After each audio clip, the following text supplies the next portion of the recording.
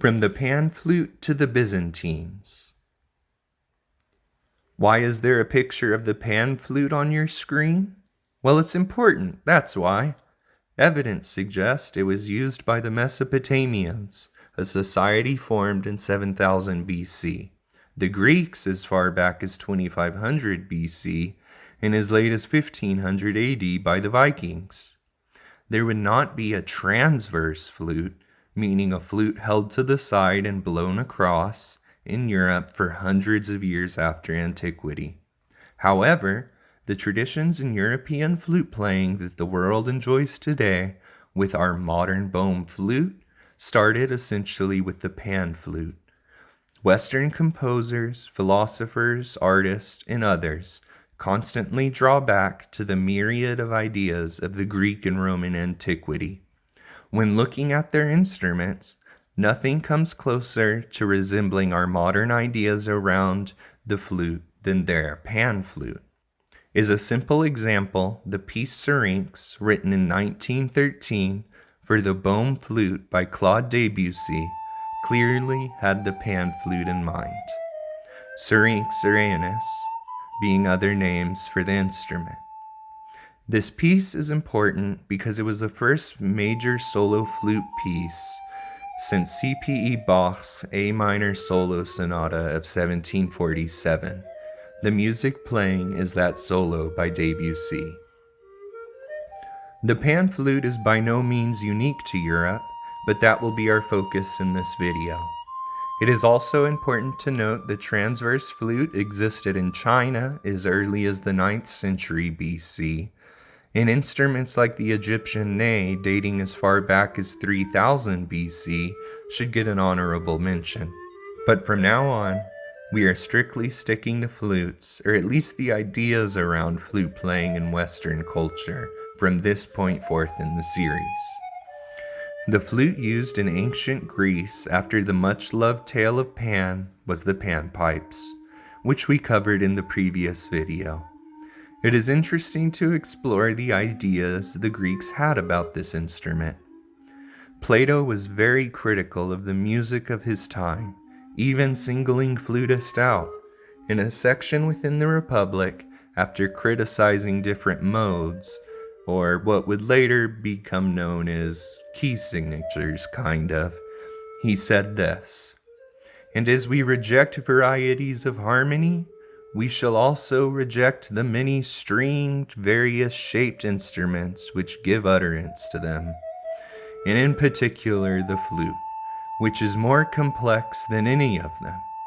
The lyre and the harp may be permitted in the town, and the panpipes in the fields.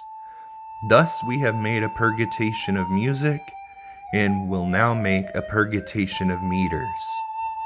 And then he goes on discussing and criticizing different time signatures. Later, he talks about flute players and flute makers. But what do you say to flute makers and flute players? Would you admit them into our state when you reflect in this composite use of harmony? The flute is worse than all the string instruments put together. Even the panharmonic music is only an imitation of the flute. Clearly not. There remain then only the lyre and the harp for use in the city, and the shepherd may have a pipe in the country. This is surely the conclusion to be drawn from the argument. Clearly, Plato thought having panpipes in the city was a bad idea. As we will see later in this series, transverse flutists are often depicted as shepherds. This in and out of fashion sort of stereotype is in part thanks to Plato. Plato's student, the famous Aristotle, didn't really talk about flute playing. He does make a political analogy in using the flute in the 3rd book of his Politics.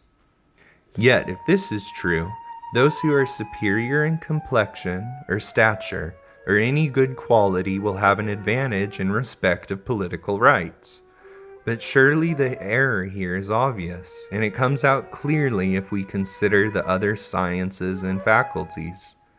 Among flute players equally good at their art, it is not proper to give an advantage in respect of the flutes to those of better birth. for they will not play any better, but it is the superior performers who ought to be given the superior instruments. And if our meaning is not yet plain, it will become still clearer when we have carried the matter further. Suppose someone is superior in playing the flute, but much inferior in birth or in good looks. Then, even granting that each of these things, birth and beauty, is a greater good than ability to play the flute, and even though they surpass flute playing proportionately more than the best flute player surpasses the others in flute playing, even so, the best flute player ought to be given the outstandingly good flutes. Aristotle just happens to think of the pan flute of all their musical instruments. This is just more evidence that pan flute playing was somewhat common among the Greeks. Unfortunately for the Greeks, in 146 BC, they lost the Battle of Corinth, leaving them under the rule of the Roman Empire. However, the Romans adopted the tale of Pan, and the Roman writers also wrote about the stereotypical shepherd flutist. Then there was the fall of the Western Roman Empire in the 5th century. After that, the Byzantine Empire was formed from the eastern leftovers of the Roman Empire. The Byzantine Empire would last for over 1,000 years, and would go on to produce many instruments, including the transverse flute and the organ, rendering the panpipes as old-fashioned. It should be noted that there was a Viking Pan Flute found from the 10th century, even though no other flutes have been recovered from that time. In the next video, we will be discussing how the transverse flute came into Europe from the Byzantine Empire.